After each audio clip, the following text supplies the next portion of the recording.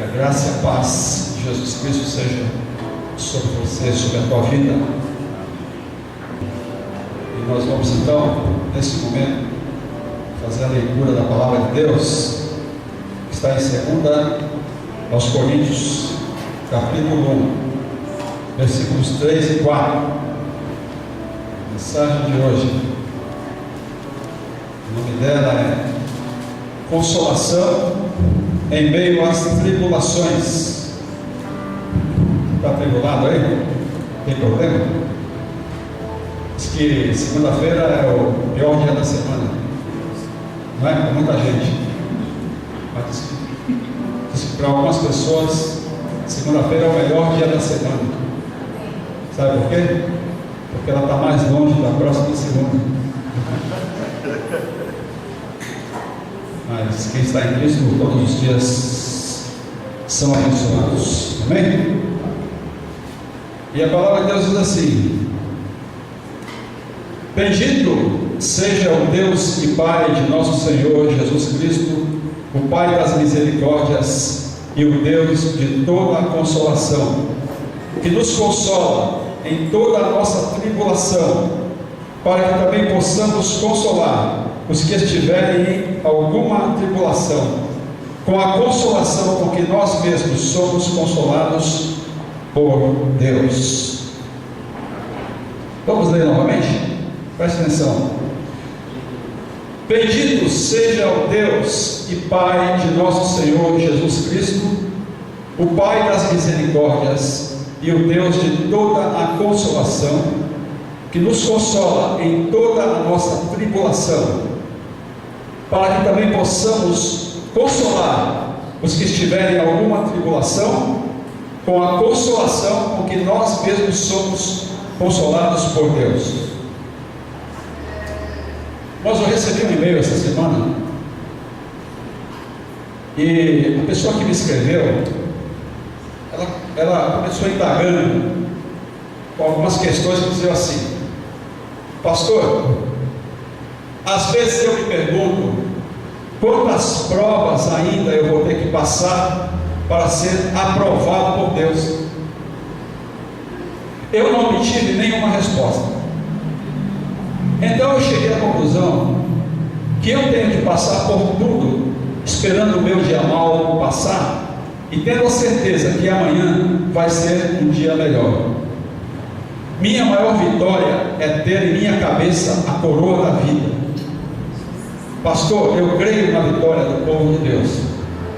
Jesus se fez carne e suportou tudo o que lhe foi dado, tudo mesmo. Então, se ele conseguiu, eu também posso, e nós podemos. Yes, we can, né? Foi o slogan de Barack Obama durante a campanha da eleição dele. Deus abençoe muito o Senhor e a sua família, a minha família. Logo as promessas serão cumpridas no seio da sua família, porque ele não é homem para que minta, e nem filho do homem para que se arrependa. Que é um versículo que está lá em Êxodo, capítulo 20, versículo 16. E eu queria dizer para vocês, irmãos, que é muito gratificante receber um e-mail desse, porque é um e-mail de consolo para mim. É um e-mail que vem consolar a minha família.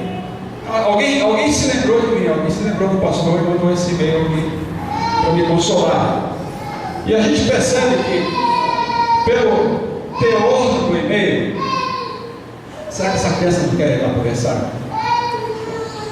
A gente percebe, meus irmãos, que pelo teor do e-mail, esse e-mail vem de uma pessoa já amadurecida do Evangelho. Por que eu vejo isso? Porque ele já não se desespera. É alguém que já aprendeu a virtude da paciência. E paciência, a gente só conquista paciência com tribulação. O apóstolo Paulo fala em Romanos capítulo 5 sobre isso. E a tribulação produz a paciência. Então, se você é uma pessoa que não tem paciência, o único jeito de gerar em você paciência é você passar por problema, tribulação, porque é isso que você vai acabar sendo uma pessoa paciente. É por isso que no hospital as pessoas que estão lá são chamadas de quê? Pacientes. Paciente do quadro número 10. Por que paciente? É porque ele tem que ter paciência. ele não consegue sair de lá enquanto ele não receber a medicação e for curado e receber a alta do médico. Então, para nós termos paciência, nós precisamos passar por tribulação. Esse meio vem de uma pessoa assim que não está mais desesperada, uma pessoa que está confiante, e a preocupação dela é tão somente ser aprovada por Deus. Olha que bonito isso. Pastor, minha preocupação, eu quero ser aprovado por Deus. Até quando que eu vou passar por tribulação? Até quando para eu ser aprovado por Deus? Porque eu quero mesmo ter a coroa da vida na minha cabeça. Bonito receber isso aí, né? Você fica curioso aí para saber quem será que me escreveu isso aqui. E talvez você se pergunte a você mesmo assim: pastor, qual é a razão de tanta luta, de tanta tempestade na minha vida? Parece que Deus, quando vai mandar tribulações para a terra, Ele faz uma lista de pessoas. Deus sempre precisou colocar nessa lista em primeiro lugar. Parece que quando Ele vai fazer a lista, Ele já me bota lá naquele lugar. Primeiro, quem que é? Primeiro aquela pessoa, depois a gente vai pensar, mas isso aqui está na lista. Dá a impressão que Deus é uma pessoa que está sempre zangado com você. Você se sente aquele corredor que só pega a ladeira. Já viu o corredor que só pega a ladeira? Pegar a ladeira não é fácil. Eu sou uma pessoa que corro, né? Não corro muito, eu corro 5 quilômetros. O pastor Helder corre mais, ele tem as pernas compridas. O pastor Ricardo Mandim corre 42 quilômetros. Quando eu pego a ladeira aqui da Lacerda Franca, todos conhecem aquela ladeirona, né? Que vai ali, sai lá em cima naquela padariazinha ali, Maria Farinha, ali no cemitério. Aquela ladeira ali não é mole. Um dia que eu consegui conquistar aquela ladeira, correndo sem parar, eu comemorei. Eu lembro dessa primeira vez, né? Aí depois a segunda e a terceira e tal. Depois do tempo eu parei de correr. Quando eu fui correr, eu já não conseguia mais transpor de novo aquela barreira toda, porque eu já estava destreinado. Então eu tenho que recomeçar esse meu treinamento novamente. E meus irmãos, eu conheço muitos de vocês. Graças a Deus que eu, como pastor de vocês, eu pastoreio gente, eu pastoreio pessoas, não só eu, mas os pastores que estão aqui todos, estamos pastoreando pessoas, nós estamos pastoreando uma massa, uma multidão, uma cadeia. E a gente sabe que tem muita gente que tem problema, né? Tem muita gente que está passando crise. Que crise? Crise financeira, crise espiritual, crise existencial. Tem gente que já pensou em desistir de tudo. Quem já pensou em sair? Vou sair, vou fugir do meio do mato, ninguém mais me conhece, vou ficar lá comendo raízes e bebendo água no riozinho que passa lá. Ou então vou para uma ilha deserta, lá no meio lá do Pacífico. E aí eu fico pensando assim: muitas vezes você está fugindo de você mesmo, porque a coisa da qual você está fugindo está dentro de você. E onde você estiver, aquela coisa vai junto. Você nunca consegue fugir dos seus problemas, fugindo fisicamente do lugar. Então, meus queridos, eu quero dizer para você uma coisa: que isso um dia vai passar. Há uma esperança na Bíblia que diz assim: que o choro pode durar uma noite ou umas noites. Essa noite, eu não sei o comprimento dessa noite, porque Deus, o Senhor fala assim que um dia para Ele é como 1000 anos, né? Espero que essa noite não sejam mil noites, né? Ou 1000 anos de noites, porque aí nós estamos perdidos. Mas a resposta, meu irmão, é sim. Um dia isso vai passar, porque o Salmo 35 diz que o choro vai durar uma noite, e Jesus falou assim que no mundo nós teremos aflições, e Jesus falou assim: tem de bom ânimo, eu venci o mundo. Jesus estava ali fazendo um discurso para os discípulos, estava se despedindo, está todo mundo triste, mas um dia tudo isso vai passar, mas só vai passar de uma forma total quando nós estivermos na presença do Senhor, porque lá sim não vai mais existir nem lágrimas, não vai existir dor, não vai existir doença, não vai existir nada, só vai existir alegria e regozijo. Amém?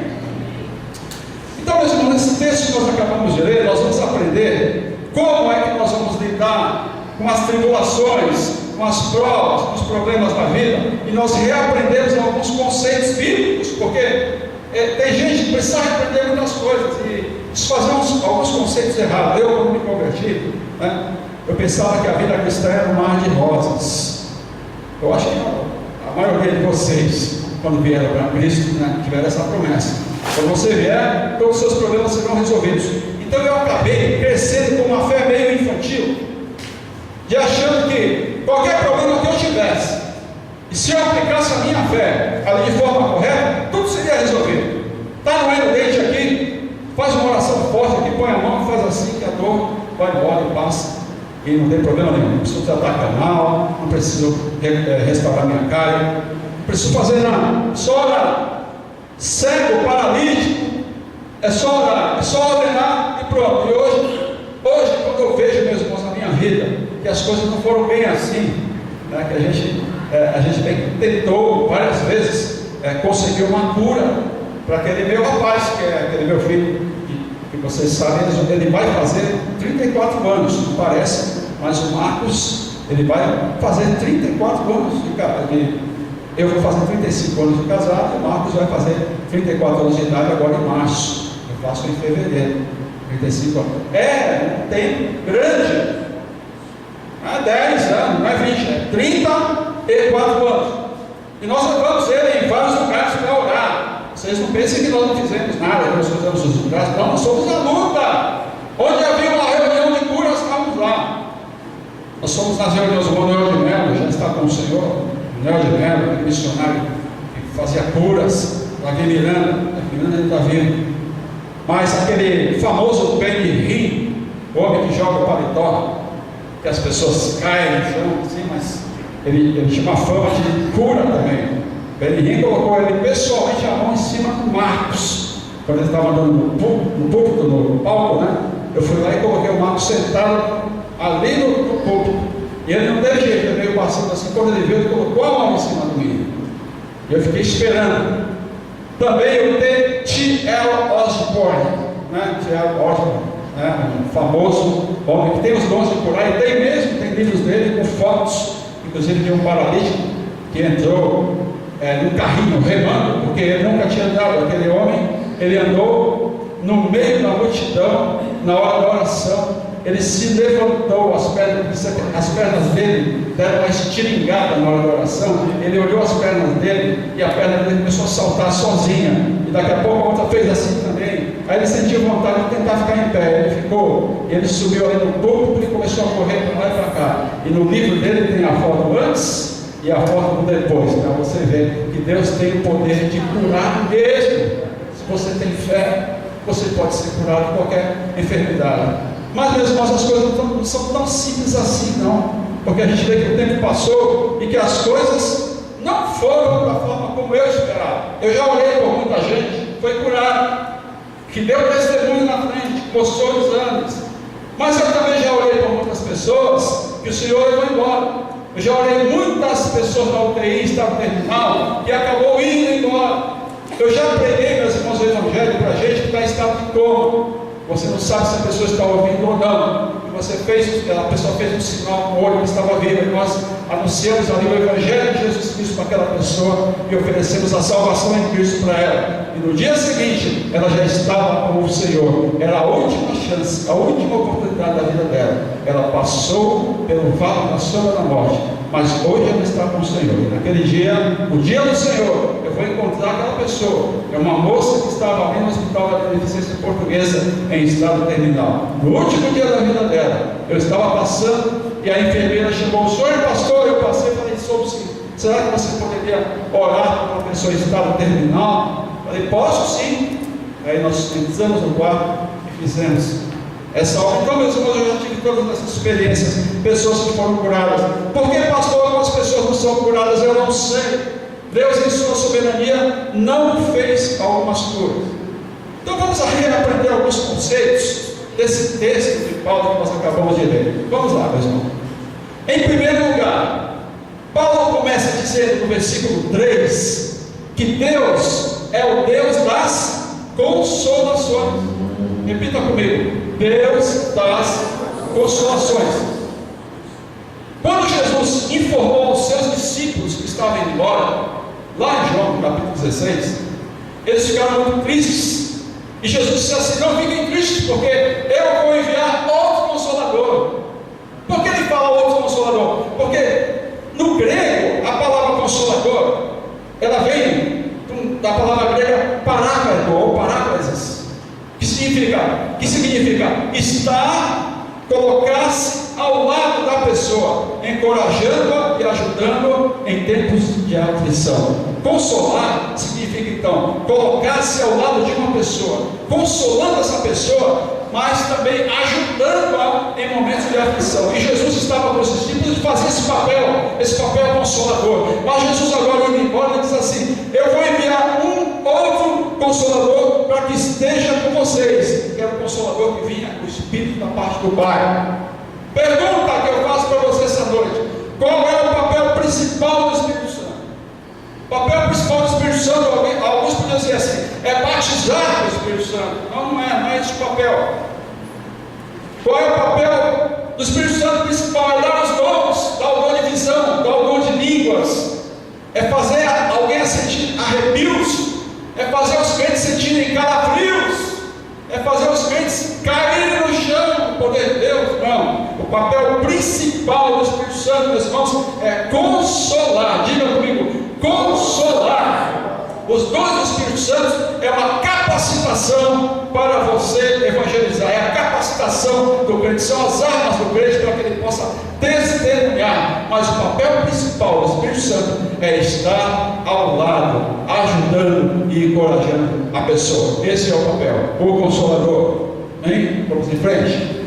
Essa é a primeira coisa. Em primeiro lugar é isso, esse conceito que eu queria que ficasse bem guardado. O papel do Espírito Santo é consolar. Em segundo lugar, Paulo revela aqui um mistério extraordinário nesse versículo. Veja só o mistério, meus irmãos, aqui revelado. Deus quer desenvolver em nós, em mim e em você, o mesmo papel desempenhado pelo Espírito Santo, que é o papel de consolador.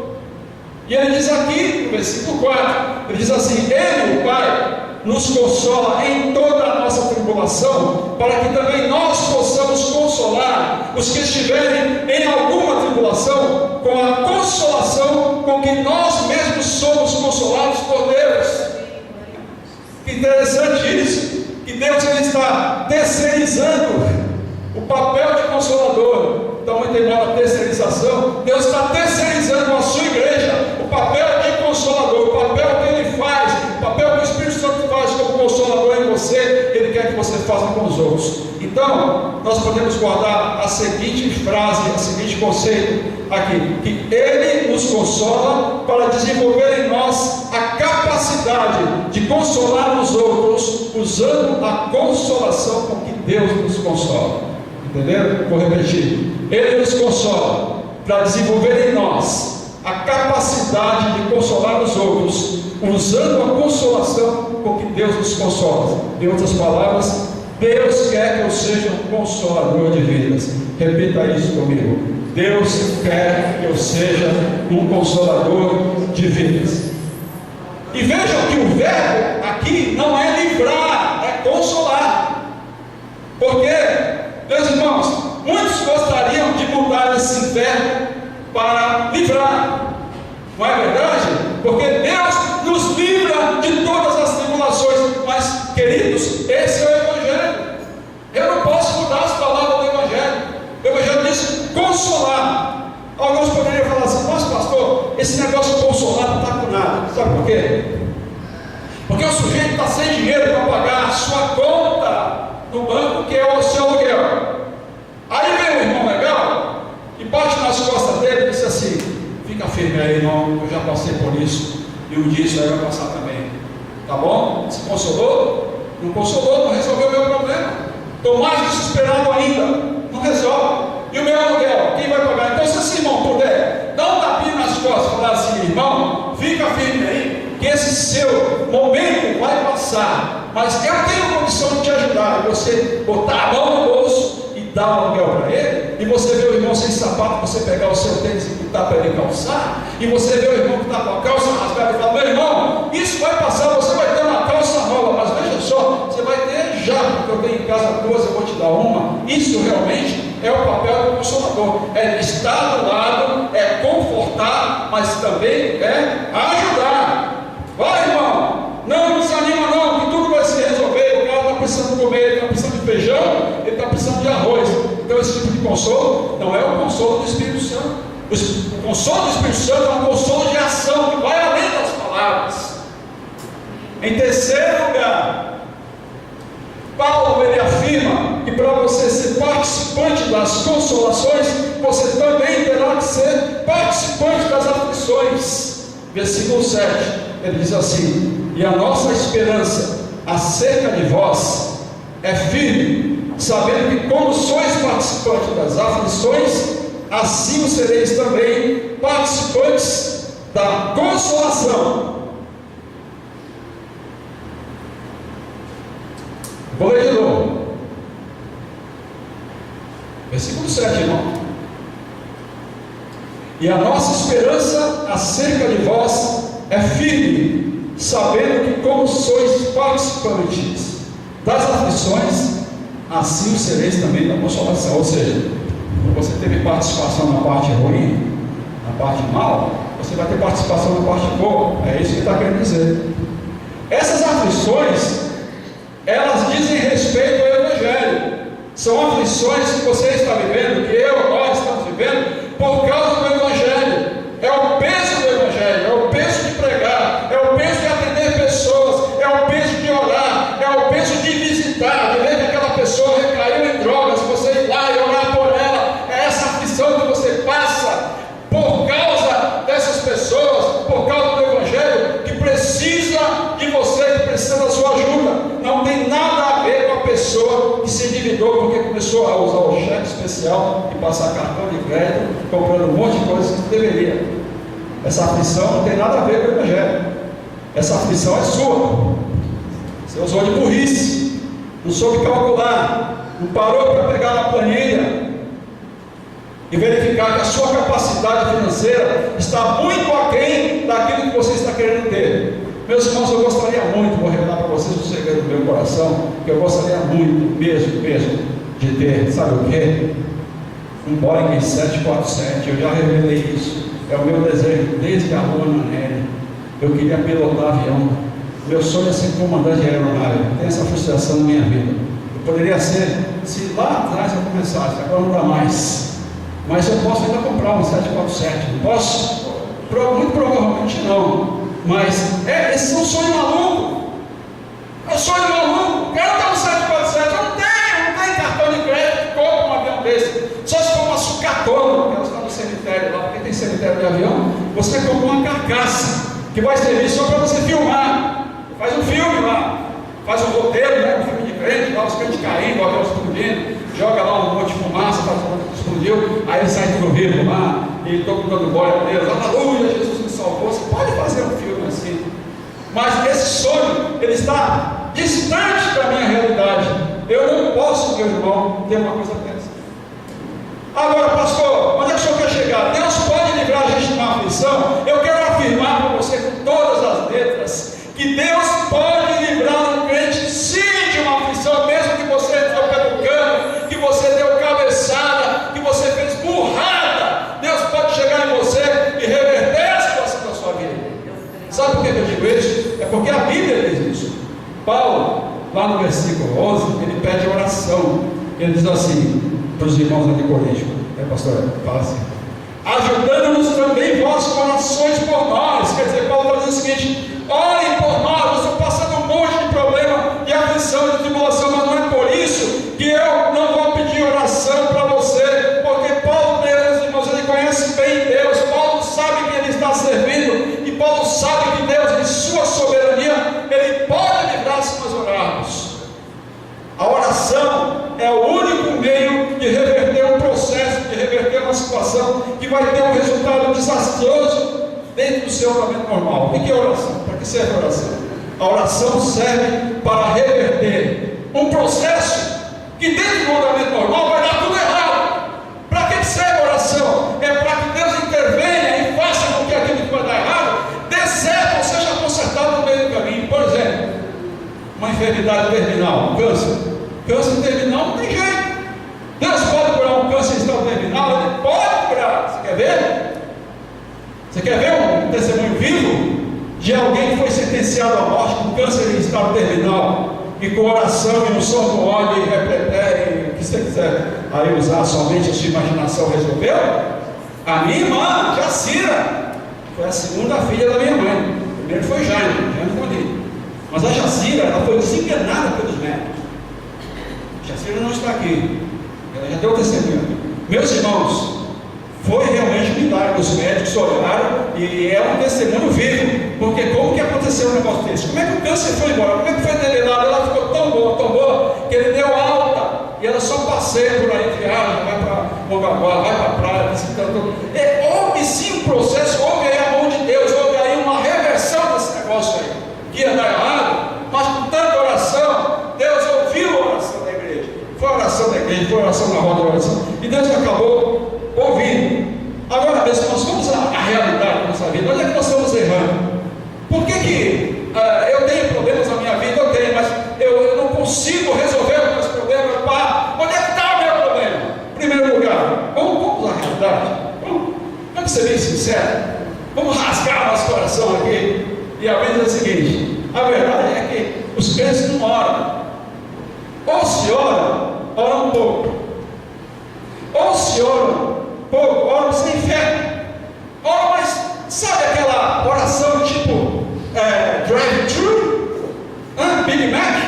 Você passa no drive-thru do McDonald's, pega o Big Mac ali na portinha e sai guiando o carro, e sai comendo uma coisa rápida, porque você não tem tempo para Deus, você não tem tempo para se ajoelhar, você não tem tempo para jejuar, para colocar sua fronte no chão, se derramar em lágrimas dentro do Senhor, para tomar. Então esse tipo de oração não vai funcionar nunca. Sem fé. Outra coisa, oram pedindo coisas absurdas, tipo um avião, ou sei lá o que, um negócio absurdo aí, coisas absurdas, não é?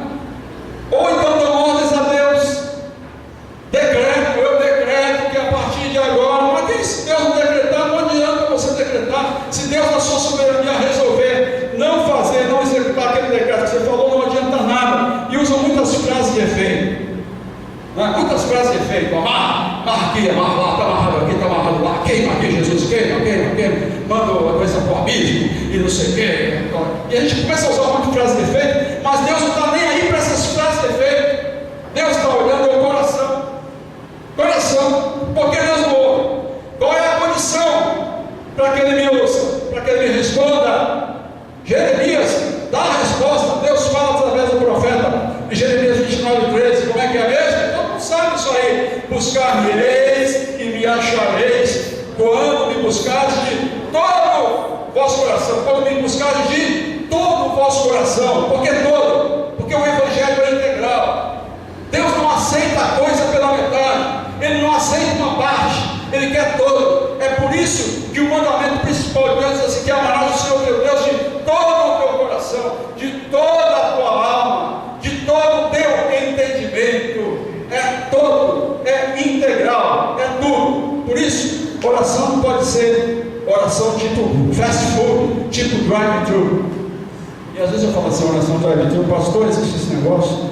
E irmão, vou dizer para você, infelizmente existe isso. Existe. Aqui no Jabaquara tem uma igreja, tem uma tenda montada, escrito assim: oração drive-thru. Você passa com o carro, você sai da rua, passa com o carro por baixo dela, para, eles fazem a oração, você dá um dinheiro, aí você sai pelo outro lado e continua o seu caminho.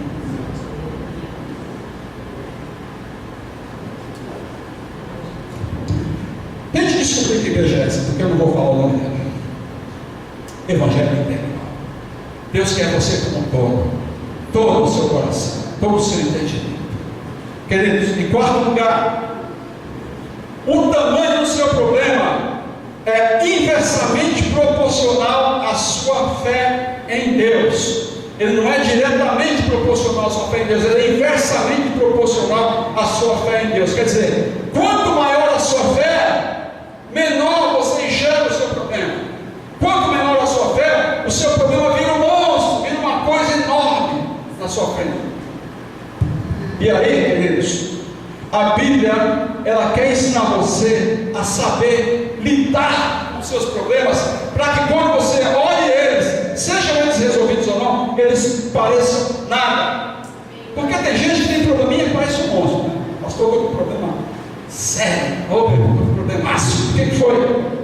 Comprei o sapato com o número errado, meu pé está apertado. Que problemão esse, né? Comprei uma calça Zump e ela veio rasgada no Rio. O que é Zump mesmo, hein? É uma grife aí famosa, né? Zump. Pesquisei isso na internet para saber o calça tem uma bique legal. Quem tem calça azul, que aí levanta a mão. Ó, ninguém. Para quem estiver aí, tá? Eu esqueci o amigo, tá? Me escreve aí na sua lista de amigos aí, porque é uma grana. Então tudo vira um problemão. Tudo vira um problemão. Tudo. Passou por um problema sério aqui, por quê? Porque a minha irmã começou a namorar, não namorar. Nossa, muito desgastado. Não sabia nenhum problema. E agora, nesse momento, eu queria fazer uma pausa aqui, essa minha mensagem, depois eu faço a conclusão dela. Não é uma mensagem longa, mas é uma mensagem que eu queria que você gravasse o seu coração. E depois nós vamos fazer a conclusão. Existe um homem que nasceu sem braços e sem pernas. Ele é muito famoso na internet. Ele não é de 1 metro de altura. A maioria que navega na internet conhece. Nós já mandamos e-mail para todo mundo dar uma olhada. O nome dele é Nick Vujicic. Olha, Nick eu sei que é esse nome, porque é Nick, né? Não sei se é assim que pronuncia. Se o cara é inglês, Nick em inglês significa pequeno, né? Nick. Pequeno, né? Nick Vujicic. Me parece que ele tem uma origem russa. E esse Vujicic eu não estou pronunciando talvez direito. Mas nós temos aí um vídeo em que é uma tradução dublada em português de apenas 2 minutos e meio. Porque o testemunho dele tem vários filmes, vai horas. E esse homem, ele dá palestras no mundo inteiro sobre autoajuda, ajudando as pessoas a enxergarem que há um potencial dentro delas que elas não conseguem ver. E ele mostra, através desses filmes, as pessoas choram, é um negócio, empresários choram, gente velha chora, os estudantes choram, dão um abraço nele, todo mundo sai arrasado para o lado bom, porque ele dá um show de alegria, é um negócio. No filme talvez não tenha todas as coisas, mas olha, ele dirige carro, ele escova os dentes, ele nada na piscina, e ele faz um monte de coisas. Nick nasceu sem braços e pernas, ao contrário de seus 2 irmãos que nasceram normais. Os pais de Nick achavam que ele iria ter muito pouco tempo de vida.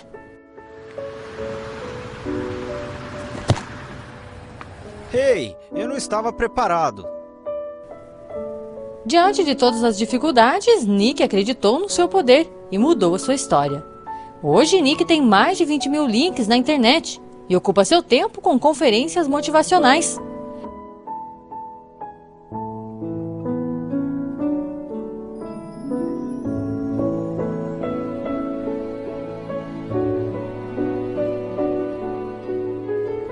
Apesar de sua deficiência, 2 coisas foram essenciais para sua vida: jamais desistir e ser feliz.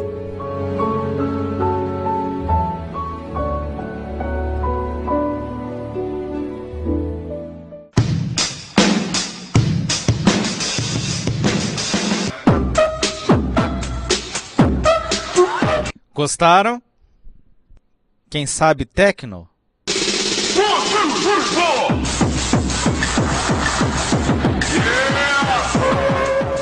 Chega um momento que você pensa que se mais uma coisa ruim acontecer em sua vida, você irá desistir.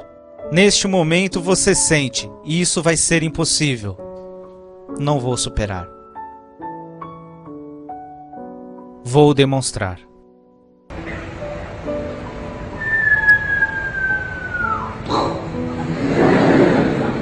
Muitas pessoas pensam que quando eu caio, a vitória será quando eu levantar. Não é verdade. Vitória não é quando você deixa um vício que sai do seu corpo, sangue e da mente. Vitória não é quando as circunstâncias mudam. Vitória é quando o seu coração muda. Quando você põe um pouco de fé em Deus, tudo é possível.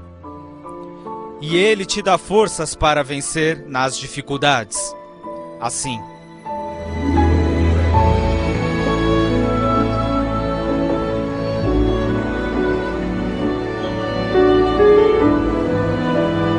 Isso é Deus.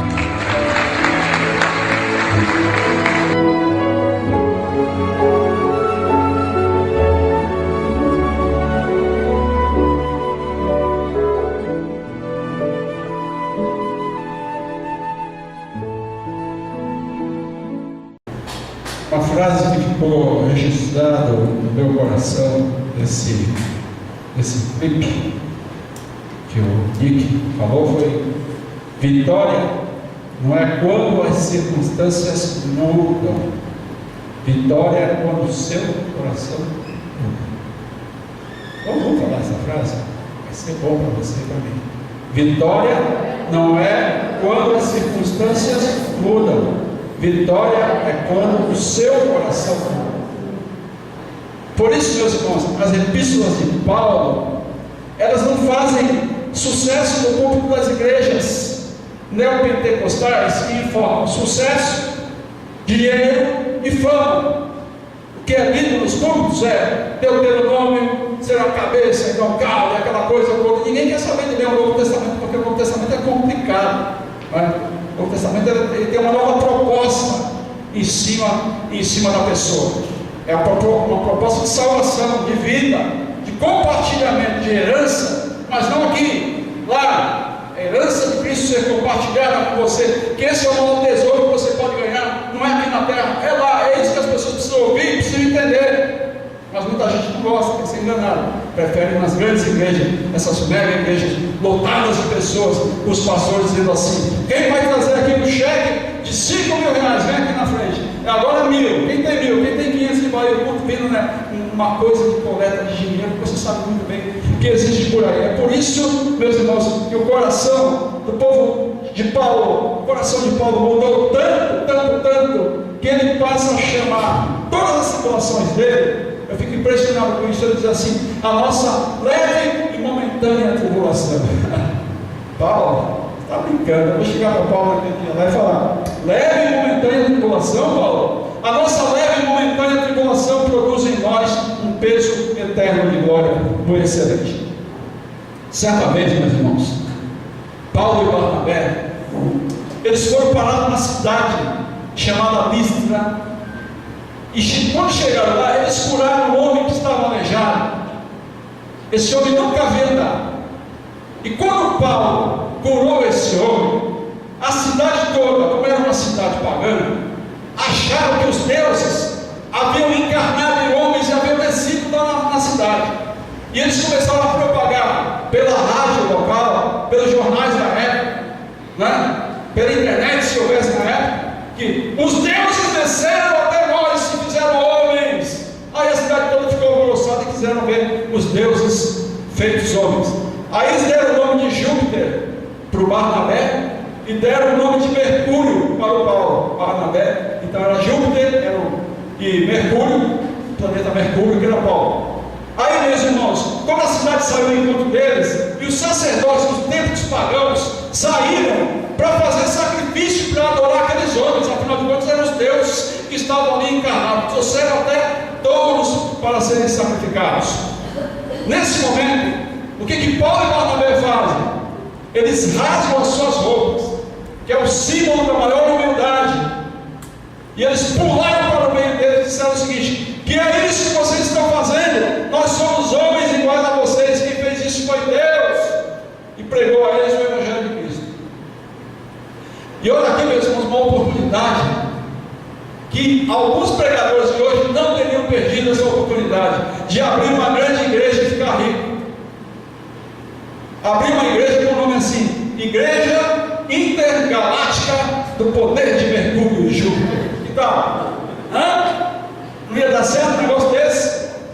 Igreja Mundial do Poder de Mercúrio, ou Igreja Universal do Poder de Júpiter. Quem sabe? Mas não, meus irmãos, eles rasgaram as suas roupas. Paulo rasga as roupas porque era um sinal de anulação, um sinal de humilhação. Paulo não quer troféu. Paulo não quer a sua foto estampada na placa de nenhuma igreja, na frente de nenhuma igreja. Paulo não quer isso. Paulo só quer uma coisa: o único troféu que o apóstolo Paulo deseja é o troféu de maior pecador. E ele fala lá em Timóteo: esta é uma palavra fiel e digna de toda aceitação, que Cristo Jesus veio ao mundo para salvar os pecadores, dos quais eu sou o principal. Vamos convir, meus irmãos, que ninguém quer ter troféu do pior em nada. Se você vai, por exemplo, numa lanchonete, está lá estampado o quê? A fotografia do melhor do mês. Não está lá o pior cozinheiro, não tem?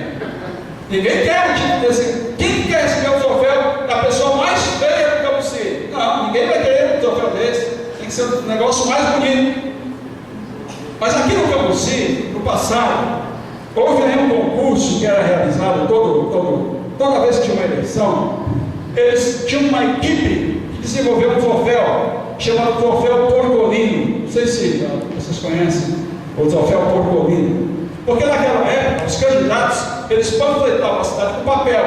Então, o pessoal colava papel nos postes, no muro, na sua casa, na parede, e porcalhava a parede toda. Então, eles viram quem era a pessoa que mais sujava a cidade e desenvolveram o Troféu Porcolino. E tinha um dia certo para entregar o troféu para o candidato. Só que nunca um candidato sequer apareceu. Nunca. Eles faziam uma entrega simbólica. O troféu Porcolino era um porco, né?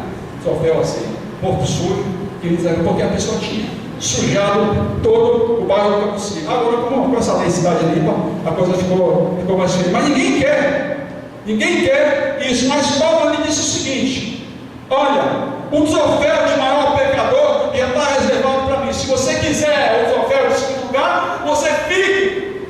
Se você quiser o troféu de terceiro lugar, você pode ficar. Mas o primeiro lugar do pecador é meu. Já estou aqui, já conquistei ele para mim. Já pensou, meus irmãos, se nós instituíssemos os troféus aqui na igreja, ou nas igrejas, né? Aqui, vamos lá. Eu vou instituir aqui o troféu, a Cristo Real, do crente que mais falta. No final do ano nós vamos distribuir esse troféu. O crente que mais chega atrasado. O crente que menos você pode contar com ele. Nunca está em nada. Você pode marcar a reunião, ele nunca aparece. Não sempre mais desculpa para nada. O troféu, isso é legal. O troféu do crente mais desanimado. Mais desanimado. E o troféu do crente mais cansado. E a gente dá risada, sabe por quê, meus irmãos? Porque é essa a realidade mesmo. Crente cansado para vir à igreja. Veja bem, para vir à igreja só precisa pegar as pernas e vir. Não tem que carregar um saco de cimento. Eu estou cansado. Não vou à igreja porque estou cansado. Eu ouvi essa frase semana passada de um irmão que não veio da igreja, alegando que não veio porque estava cansado.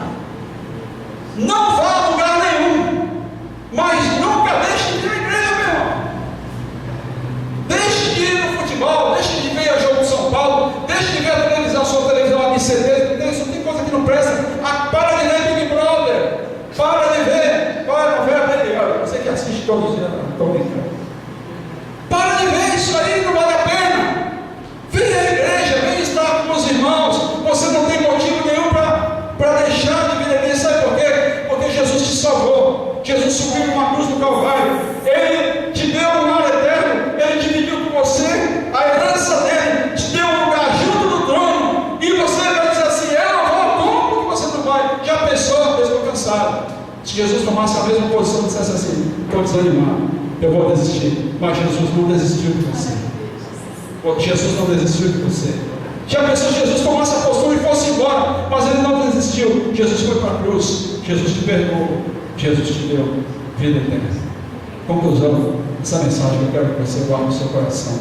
Irmão, em nome de Jesus, assuma sempre a postura de nunca desistir do seu chamado. Você tem um chamado diante de Deus. Nunca desista do seu chamado. Não importa o que aconteça, nunca desista, nunca. Lembre-se da história de Sadraque, Mesaque e Abednego. Eles não quiseram se dobrar perante a estátua que o rei Nabucodonosor fez de ouro, uma estátua igual para que eles idolatrassem. E o rei disse para eles que eles tinham que se dobrar, senão eles iam ser jogados no fogo. E eu quero ver que Deus que vai livrar vocês. E Sadraque, Mesaque e Abednego olham bem na cara do rei e falam assim: rei, eu não sei se Deus vai nos livrar ou se Ele não vai nos livrar. Eu não sei, eu não tenho essa futurologia aqui na minha cabeça, mas eu tenho certeza de uma coisa, uma posição como: nós não vamos nos dobrar perante essa tua estátua. E aí ele mandou aquecer a fornalha 7 vezes mais. Tanto que os homens que levaram esses 3 presos para a fornalha, eles morreram queimados antes, de tal era o calor, eles morreram antes de chegar, foram fritos, viraram churrasco. Mas quando eles jogaram aqueles 3 homens lá dentro, meus irmãos, sabe o que aconteceu? O anjo do Senhor estava lá esperando eles. Quando eles chegaram lá, o anjo do Senhor estava lá, de braços abertos, dizendo: vamos brincar um pouco desse fogo aqui.